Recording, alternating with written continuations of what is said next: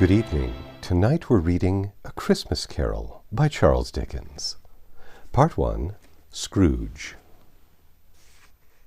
Marley was dead, to begin with. There is no doubt whatever about that. The register of his burial was signed by the clergyman, the clerk, the undertaker, and the chief mourner.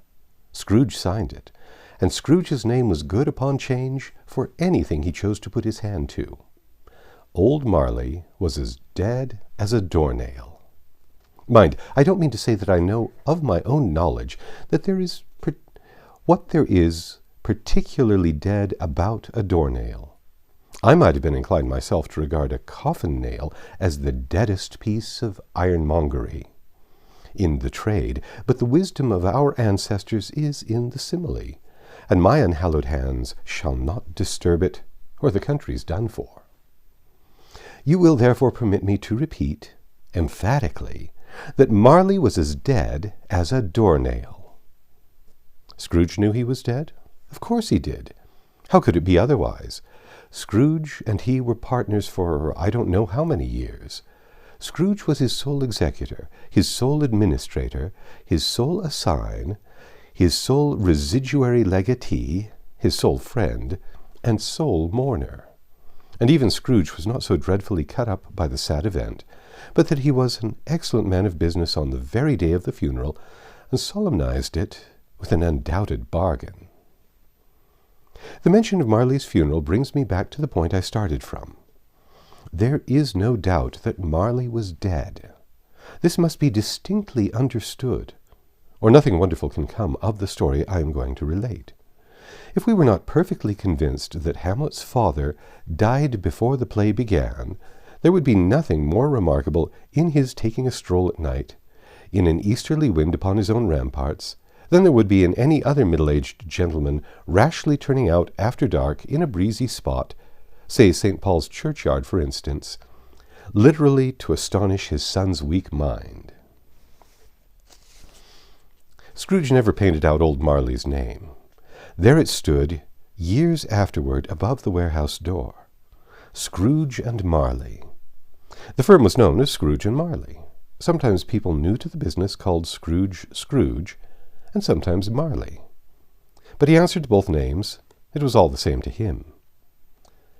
Oh, but he was a tight-fisted hand at the grindstone.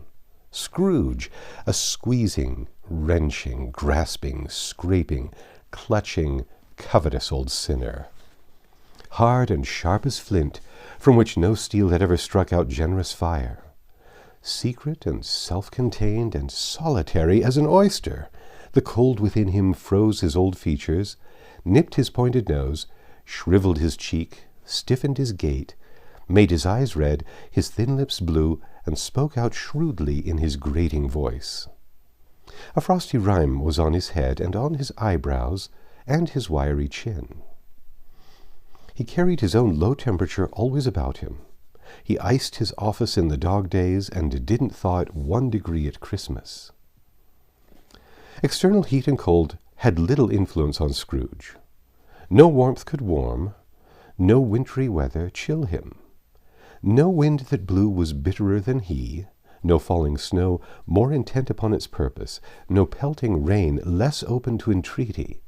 Foul weather didn't know where to have him. The heaviest rain and snow and hail and sleet could boast of the advantage over him in only one respect. They often came down handsomely. Scrooge never did. Nobody ever stopped him in the street to say with gladsome looks, "My dear Scrooge, how are you? When will you come to see me?" No beggars implored him to bestow a trifle. No children asked him what it was o'clock. No man or woman ever once in all his life inquired the way to such and such a place of Scrooge. Even the blind men's dogs appeared to know him, and when they saw him coming on, would tug their owners into doorways and up courts, and then would wag their tails as though they said, "No eye at all is better than an evil eye, dark master." But what did Scrooge care? It was the very thing he liked. To edge his way along the crowded paths of life, warning all human sympathy to keep its distance, was what the knowing ones called nuts to Scrooge. Once upon a time, of all the good days of the year, on Christmas Eve, old Scrooge sat busy in his counting-house. It was cold, bleak, biting weather, foggy withal, and he could hear the people in the courtyard outside go wheezing up and down, beating their hands upon their breasts, and stamping their feet upon the pavement stones to warm them. The city clocks had only just gone 3, but it was quite dark already. It had not been light all day, and candles were flaring in the windows of the neighboring offices, like ruddy smears upon the palpable brown air. The fog came pouring in at every chink and keyhole, and was so dense without that although the court was of the narrowest, the houses opposite were mere phantoms. To see the dingy cloud come drooping down, obscuring everything, one might have thought that nature lived hard by and was brewing on a large scale. The door of Scrooge's counting-house was open, that he might keep his eye upon his clerk, who, in a dismal little cell beyond a sort of tank, was copying letters. Scrooge had a very small fire, but the clerk's fire was so very much smaller that it looked like one coal. But he couldn't replenish it, for Scrooge kept the coal-box in his own room, and so surely as the clerk came in with the shovel, the master predicted that it would be necessary for them to part. Wherefore the clerk put on his white comforter and tried to warm himself at the candle, in which effort, not being a man of strong imagination, he failed. "A Merry Christmas! God save you, Uncle!" cried a cheerful voice. It was the voice of Scrooge's nephew, who came upon him so quickly that this was the first intimation he had of his approach. "Bah!" said Scrooge. "Humbug!" He had so heated himself with rapid walking in the fog and frost, this nephew of Scrooge's, that he was all in a glow. His face was ruddy and handsome, his eyes sparkled, and his breath smoked again. "Christmas? A humbug, Uncle?" said Scrooge's nephew. "You don't mean that, I'm sure." "I do," said Scrooge. "Merry Christmas! What right have you to be merry? What reason have you to be merry? You're poor enough." "Come then," returned the nephew gaily, "what right have you to be dismal? What reason have you to be morose? You're rich enough." Scrooge, having no better answer ready, on the spur of the moment said, "Bah!" again, and followed it up with, "Humbug!" "Don't be cross, Uncle," said the nephew. "What else can I be?" returned the uncle, "when I live in such a world of fools as this? Merry Christmas? Out upon Merry Christmas! What's Christmas time to you but a time for paying bills without money, a time for finding yourself a year older and not an hour richer, a time for balancing your books and having every item in 'em through a round dozen months presented dead against you? If I could work my will," said Scrooge indignantly, "every idiot who goes about with Merry Christmas on his lips should be boiled with his own pudding and buried with a stake of holly through his heart. He should." "Uncle," repeated the nephew. "Nephew," returned the uncle sternly, "keep Christmas in your own way. Let me keep it in mine." "Keep it?" repeated Scrooge's nephew. "But you don't keep it." "Leave me alone, then," said Scrooge. "Much good may it do you. Much good it has ever done you." "There are many things from which I might have derived good, by which I have not profited, I dare say," returned the nephew. "Christmas among the rest, but I am sure I have always thought of Christmas time, when it has come round, apart from the veneration due to its sacred name and origin, if anything belong it can be apart from that, as a good time. A kind, forgiving, charitable, pleasant time.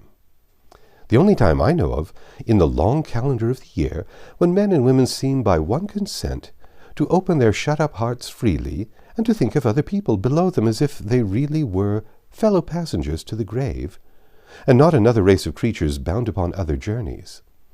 And therefore, Uncle, though it has never put a scrap of gold or silver in my pocket, I believe that it has done me good, and will do me good, and I say, God bless it." The clerk in the tank involuntarily applauded. Becoming immediately sensible of the impropriety, he poked the fire and extinguished the last frail spark forever. "Let me hear another sound from you," said Scrooge, "and you'll keep your Christmas by losing your situation. You're quite a powerful speaker, sir," he added, turning to his nephew. "I wonder you don't go into Parliament." "Don't be angry, uncle. Come, dine with us tomorrow." Scrooge said that he would see him. Yes, indeed, he did. He went to the whole length of the expression and said that he would see him in that extremity first. "But why?" cried Scrooge's nephew. "Why?" "Why did you get married?" said Scrooge. "Because I fell in love." "Because you fell in love?" growled Scrooge, as if that were the only one thing in the world more ridiculous than a Merry Christmas. "Good afternoon." "Nay, uncle, but you never came to see me before that happened. Why give it as a reason for not coming now?" "Good afternoon," said Scrooge. "I want nothing from you. I ask nothing of you. Why cannot we be friends?" "Good afternoon," said Scrooge. "I'm sorry with all my heart to find you so resolute. We have never had a quarrel to which I have been a party. But I have made the trial in homage to Christmas, and I'll keep my Christmas humor to the last. So, a Merry Christmas, uncle." "Good afternoon," said Scrooge. "And a Happy New Year." "Good afternoon," said Scrooge. His nephew left the room without an angry word, notwithstanding. He stopped at the outer door to bestow the greetings of the season on the clerk, who, cold as he was warmer than Scrooge, for he returned them cordially. "There's another fellow," muttered Scrooge, who overheard him. "My clerk, with 15 shillings a week and a wife and family, talking about a Merry Christmas. I'll retire to Bedlam." This lunatic, in letting Scrooge's nephew out, had let 2 other people in. They were portly gentlemen, pleasant to behold, and now stood, with their hats off, in Scrooge's office. They had books and papers in their hands, and bowed to him. "Scrooge and Marley's, I believe," said one of the gentlemen, referring to his list. "Have I the pleasure of addressing Mr. Scrooge or Mr. Marley?" "Mr. Marley has been dead these 7 years," Scrooge replied. "He died 7 years ago this very night."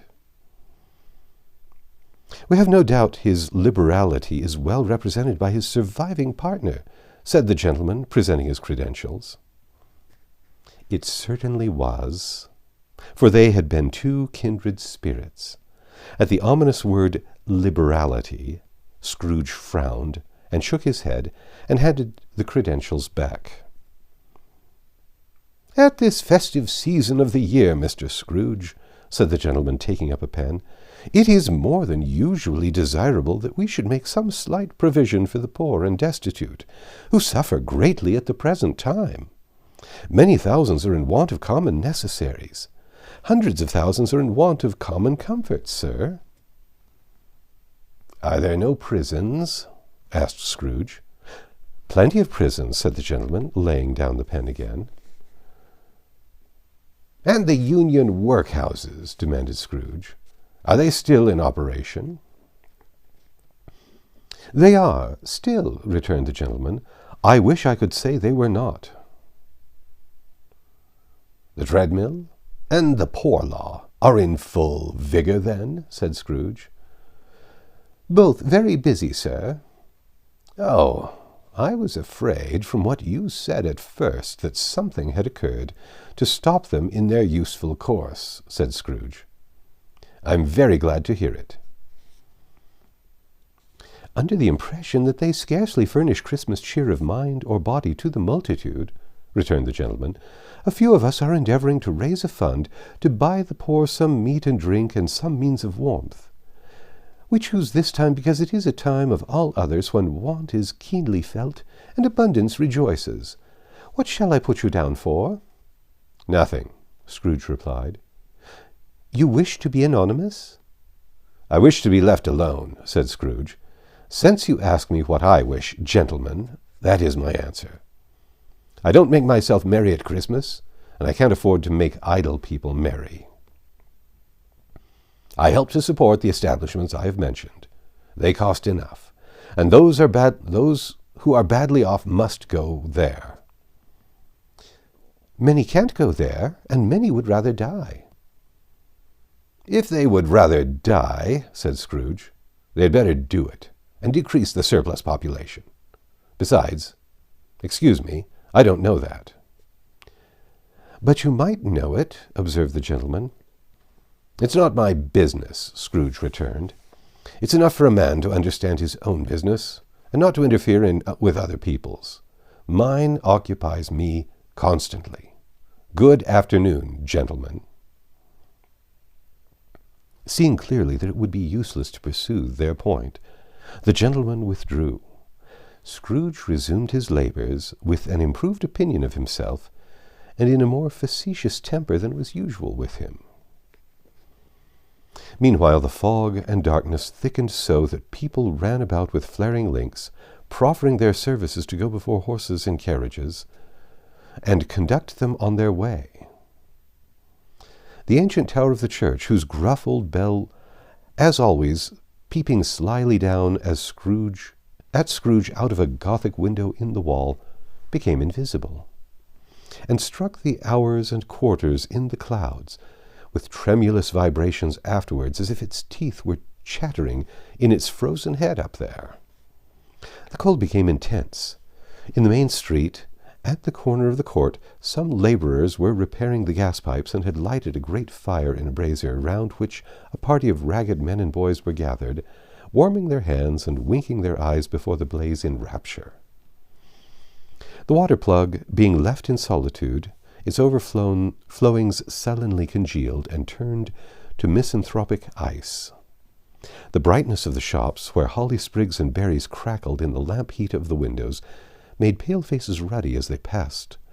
Poulterers' and grocers' trades became a splendid joke, a glorious pageant with which it was next to impossible to believe that such dull principles as bargain and sale had anything to do. The Lord Mayor, in the stronghold of the mighty mansion house, gave orders to his 50 cooks and butlers to keep Christmas as a Lord Mayor's household should.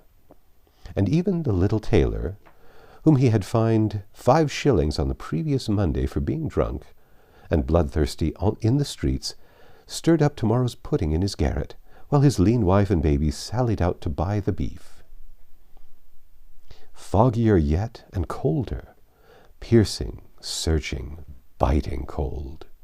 If the good St. Dunstan had but nipped the evil spirit's nose with a touch of such weather as that, instead of using his familiar weapons, then indeed he would have roared to lusty purpose.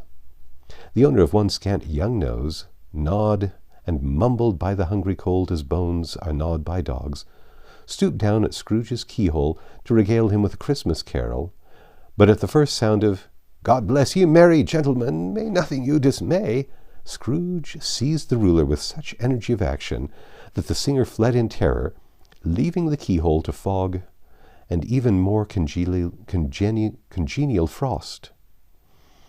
At length the hour of shutting up the counting-house arrived.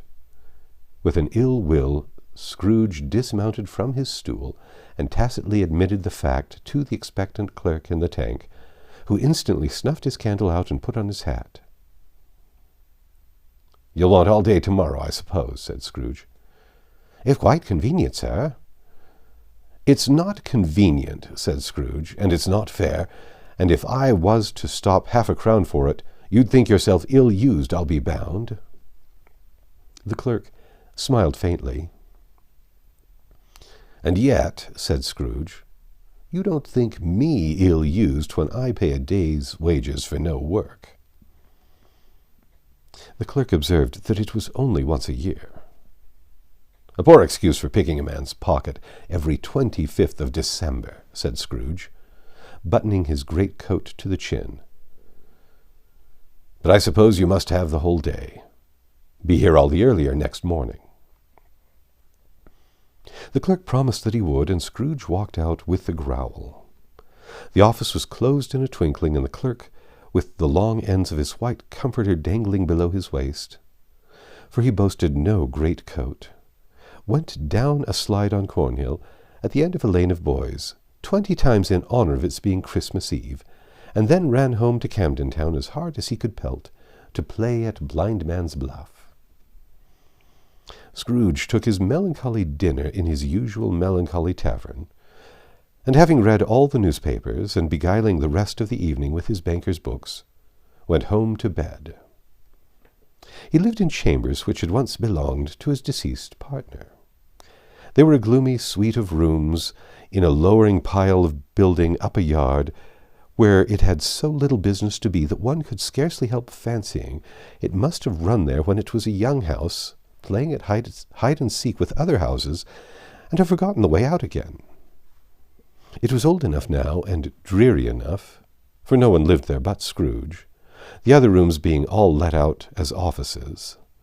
The yard was so dark that even Scrooge, who knew its every stone, was fain to grope with his hands. The fog and frost so hung about the black old gateway of the house that it seemed as if the genius of the weather sat in mournful meditation on the threshold. Now it is a fact that there was nothing at all particular about the knocker on the door, except that it was very large. It is also a fact that Scrooge had seen it night and morning during his whole residence in that place. Also that Scrooge had as little of what is called fancy about him as any man in the city of London, even including, which is a bold word, the corporation, aldermen, and livery.